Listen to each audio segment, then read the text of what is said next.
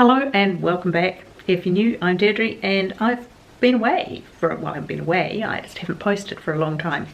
On the principle that, you know, when your mother told you if you can't say something good about somebody, don't say anything at all. That's how I felt about this coronavirus. It's like, I don't know what to say about our situation. I don't want to catastrophize it. I don't want to make it worse. I don't want to be the person scaring other people or letting my own fears escape. And so I didn't. I've sort of let myself get used to it. And I think that's, for a lot of us, that's the way it needs to be. We need to learn to sort of do it in here. First, don't touch your mouth, don't touch your nose. I've got an itchy nose, no. Anyway, sorry, I'm home. My hands get washed all the time. But yeah, for me, it's been a matter of getting used to it and to let the really glum down days slide by and the sunny bright days do their thing. And we're in the middle of autumn here, and it has been a beautiful autumn. Lots of lovely walking days, and that's what I've been doing a lot of. But and that sort of helps everything. It makes you feel better when you've had a really good walk, and especially if you had a walk in the sunshine. So what have I been actually doing? Well, a bit of decluttering, a bit of cleaning, a bit of all those things that you do when you're not doing, you know, much else. I've started knitting again, and the funny thing is that after all of my, oh well, you know, I can get rid of this and I can get rid of that, and my whole downsize thing that I don't need this and I don't need that anymore and I can get rid of them. There have been a few things that I've held on to, in fact, and people have said to me, oh, you should get rid of that, you should get rid of that. Well, one of the things I had sort of earmarked for decluttering and you know, donating was a lot of wool that I had when I used to be a knitter. And I had thought, look, I'm never going to do that again. You know, I'm not going to sit down and knit, you know, jumpers, jerseys again, sweaters. I have to remember all the names. And so I had sort of mentally put it aside, bagged it, ready to go out. But of course, all the donation centres are closed, which is a good thing in this case, because guess what? I'm knitting. I'm currently knitting a little top for a friend's son, and I will do the same, probably the same pattern for my granddaughter. And it's been fun. It's a simple garment with a quilted stitch, and it's a bit hard to show in the navy, but yeah, it's great. It's a little bit challenging. I have to keep my wits about me. I have to go back and correct the odd error that happens along the way. I have to go back down and pull them back up again. So yeah, it's been good for my brain, good to keep me occupied. You know, it means that if I'm watching Netflix, I'm actually also doing something, which is a good thing. But yeah, overall, I think it's taken me a while, and one of the things I'm grateful for is that I'm in this environment, and I've worked really hard on, you know, those day-to-day I am grateful for things, because we need to, well, I need to really respect those things, those moments of gratitude, because it can be a bit scary otherwise, but if you respect the gratitude, then it makes everything easier. So I am grateful that I've downsized, and that I'm not having to worry about the financial costs of running a bigger home, of, you know, maintaining it and heating it and cooling it and all of those things, all of the extra costs of the bigger house.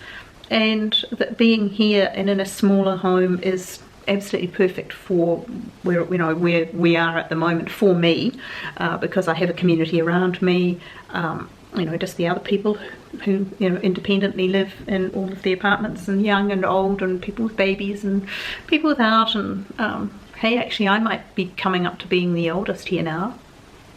Well, that's a funny thought. I think I might be. A couple of other older people, but yeah, I might be the oldest here now. That's a scary thought. Anyway, so yeah, that has been great, because it means that simply going down to collect my mail means that I usually get to say hello to some, you know, there'll be somebody coming and going, and we all know each other, so, you know, you give a wave and you keep your nice social distance, but you have time to, you know, say, isn't it a beautiful day? How are you going? Are you okay? All of the things that we need to say to each other, and just to acknowledge that we're here and we're not, you know, 24/7 locked away from people. Right. Today is all about granola. This is I have a walk a day, and I try to do one useful thing a day. So it's granola day, and we're going to go into the kitchen, we'll have a chat, and we're going to make some granola, and I'll make enough to give away, because that's also part of this current environment, I think, is that you try to support each other and do little things for each other that make the days go by a little bit more brightly. So, kitchen it is. Right, so now I'm in the kitchen. Changed the battery on camera because apparently I'd forgotten all about how to video. And I've got all the goodies for granola set out here. I've got the oven on really low, and we'll get started. And I just thought I'd say, how are you all? Are you doing okay? I really, obviously I have friends here all around the world, and I want to know that you're okay. So please drop me a comment and just let me know. Just give me a thumbs up. Just say hi. Anything like that, just to let me know that you're hanging in there, that you're doing whatever it is that's right for you in your space and your environment and whatever your laws are, because we're all on different sort of schedules and different timelines here. Here in Australia, we are at stage 3, which is sort of a semi-lockdown. We're allowed out to exercise for an hour a day. We're allowed to go and do our grocery shopping and buy essential meds. We can buy takeaway coffee. We can buy takeaway food. Obviously, we can order things online, and so deliveries are still going. Some shops are still open because the building industry was not shut down. It was decided that that was a fairly safe environment, and it's turned out that it has been. They've allowed builders to keep working. Shops have been an issue, and so there have been huge job losses in those areas. And that's of course the worst of it is the terrible job, well, not the worst of it are the people who have died, but the job losses have been pretty devastating across the planet and also here in Australia.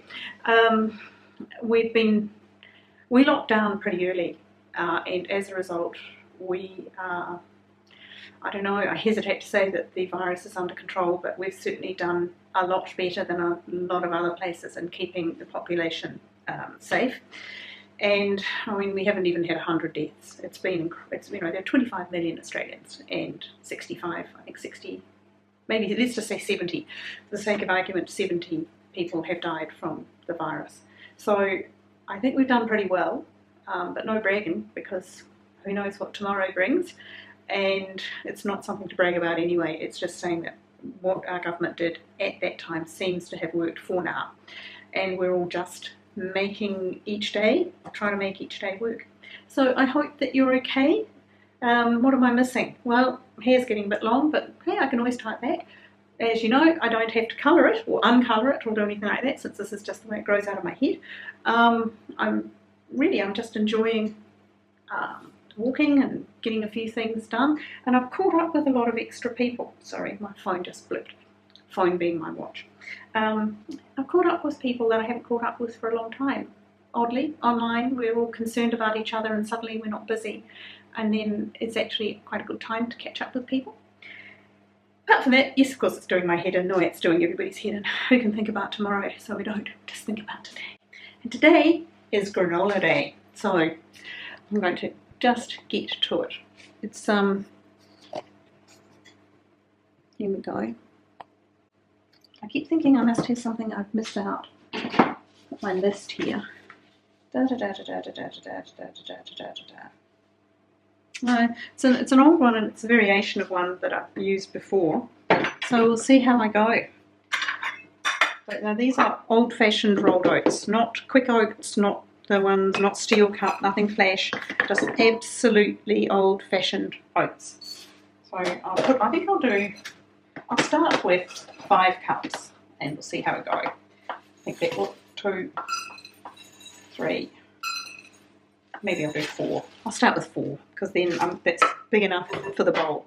And if I make some more tomorrow, no, I won't make more tomorrow, you know what I mean though. Okay, add to that whole almonds. Get some scissors.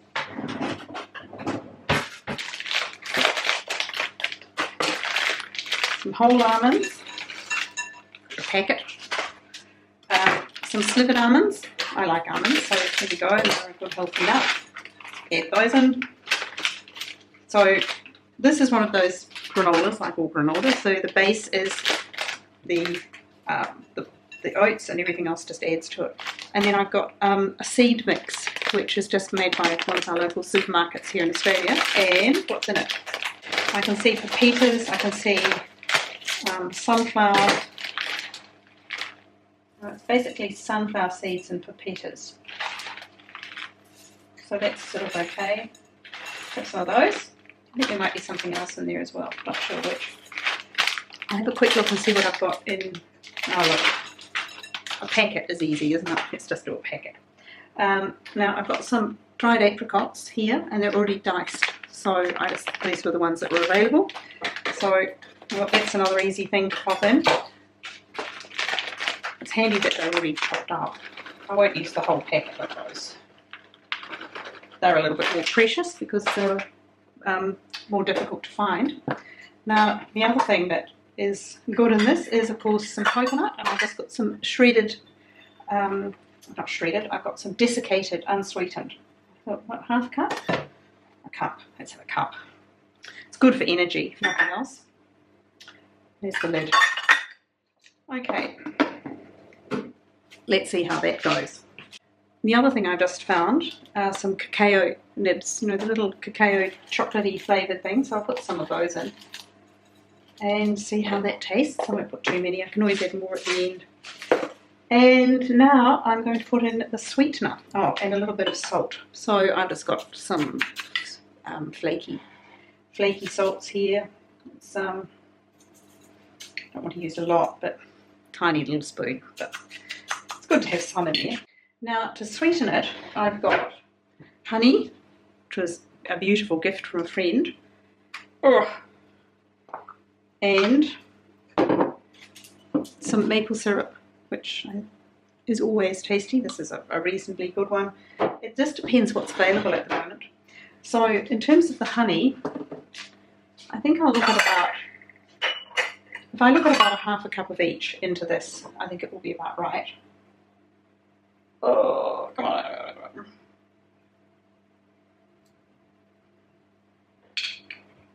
Yeah. You know when you do anything with honey, it gets everywhere. It can go on there.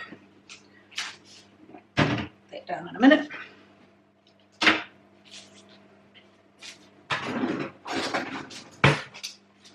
And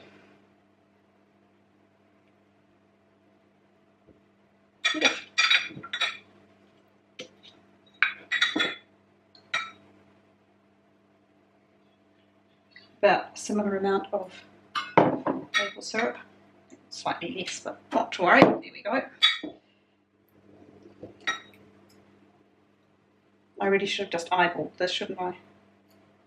So much easier than trying to scrape it out. I'm sure there are lots of, I know there are tricks like putting oil in it and things.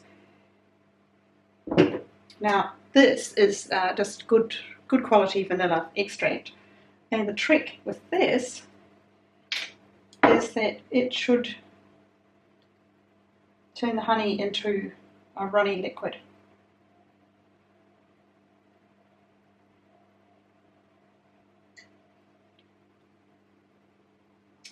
Takes ages to pour out. I might actually use another one.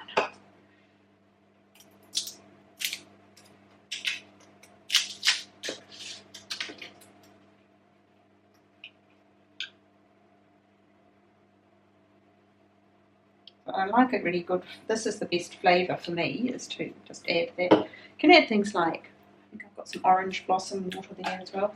Now look at that, it just makes the honey go runny when you add the vanilla in like that. That's a trick taught to me by a woman who used to make this professionally. And it does liquefy the honey, so it does then can spread through the mix a little bit more easily. Right. Obviously all of this needs to be mixed up. These days of, given that I'll probably give quite a lot of this away, I think it's reasonable to keep my hands out of it as much as possible, even though it's going in the oven. I suppose it's food prep 101, isn't it, these days? We try to be a little bit more careful with things. Whereas once I would have just mixed this with my hands, I now think, well, if I end up even giving it away to friends and family, then I don't want to have had my hands in it, even though I wash my hands and wash my hands and wash my hands all of the time. hands have never been so clean. Ah, don't go everywhere. That was a slivered almond that got away, so I think it's fair to eat that. I really should have put this in a bigger pot, shouldn't I? Okay, for mixing purposes, because that bowl is now too small, dump it all in there. And that way I'm not going to get it everywhere. Right. Let's get this mixed through it. It's probably going to be the hardest part of all, I think.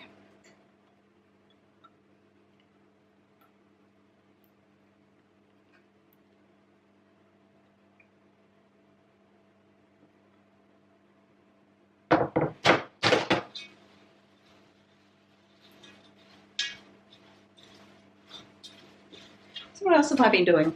I've been knitting, which is really funny because I had wool there that was earmarked in my mind to be decluttered because I haven't knitted for years, and I thought, oh, obviously I'm not going to do that anymore.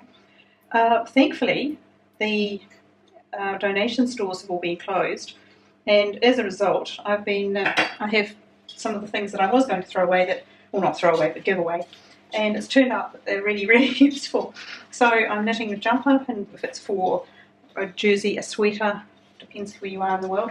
And it might be for my granddaughter, but it may also just be for another child. I might make one and give it, to one of the local charities working with kids who are homeless, kids who are really, really poverty-stricken in this terrible time when mum and dad have suddenly lost their jobs. And a nice warm woolen jersey will be a good thing. That's what I've been doing. It's quite fun because there's a little bit of it's not a complicated pattern. It's not like a fair isle. It's just a quilting stitch. But oops, she said, throwing things away. But it's fun to challenge. It's enough to challenge my mind a little bit to say, hey, you actually have to follow this and get it right and remember how to do it, a little bit of a pattern. Right, that's all pretty well mixed through now. I've just got a large roasting dish here. I decided I will put baking paper under it. Well, I've still got some left. And then tip it out into that.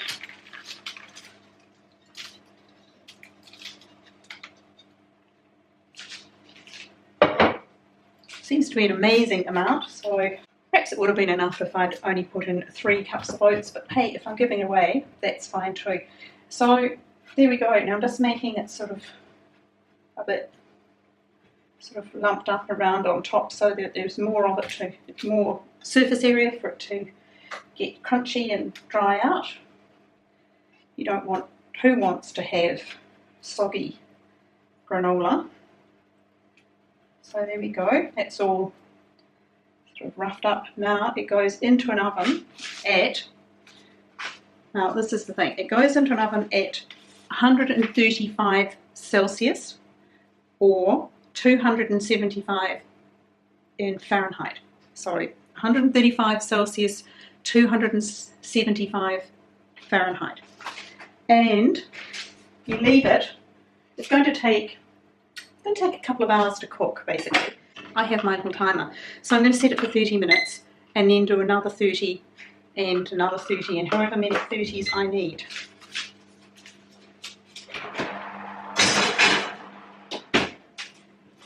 Right, let's set that one at 30. And now the sun has come out, which is just lovely, and I'm thinking I'm going to go out and have another short walk.